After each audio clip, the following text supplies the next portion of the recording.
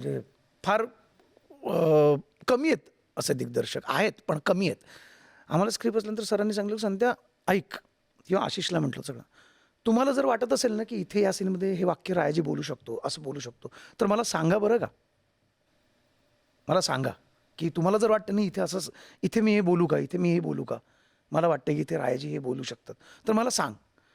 त्यामुळे मी सरांना दरवेळेला जाऊन, सर म्हणजे काही ठिकाणी नको रे, पण मला आठवतं ते जे वाक्य आहे ना सिनेमामध्ये की धाराऊ म्हणतात ते चीर म्हणजे घाव दिसतो महाराजांच्या आणि धाराऊ म्हणतात, ये क्या युवराज फिर से नजर उतारनी पडेगी. म्हणलं सर मला नाही ते एक वाक्य सुचतं आहे रायाजी किंवा कोणी राहतं, पण मला असं सुचतं, मी बोलू का काय. मी सेटवर जाऊन त्यांना बोललो होतो, म्हटलं सर इथे समजा धाराऊनंतर जर रायाजी म्हटलं की की अगं अहो, अख्ख्या स्वराज्याची नजर ज्याच्यावर आहे त्याला काय कोणाची वाईट नजर लागणार का. सर बोलले छान आहे, घे घे, हिंदीत कसं करशील. मी ते ट्रान्सलेट करून मग सरांनी मला हिंदीत घ्यायला सांगितलं. पण मी म्हटलं सर सुरुवात अगं आऊ घेऊ का, हा मला बोलून दाखव. म्हटलं अगं आऊ, पूरे स्वराज्य की नज़र जिस पर है उसे क्या किसी की बुरी नज़र लगेगी. So like done.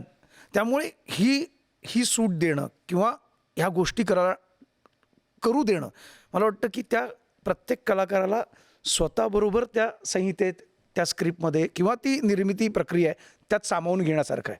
आणि थँक्स लक्ष्मण सर. ती मोठा स्कोप इम्प्रोव्हायझेशनसाठी हो, ओपन ठेवलेला हो, होता. हो. म्हणजे जसं विकीने एका मुलाखतीत सांगितलं होतं की ओम नमो पार्वती पते हर हर हो. महादेव, ते काही स्क्रिप्टमध्ये नव्हतं, त्यांनी त्या फ्लोमध्ये घेतलंय. म्हणजे सर ना असं पटकन कट करत नाहीत. सीन झाला ना तरी सर थोडा वेळ चालू ठेवतात.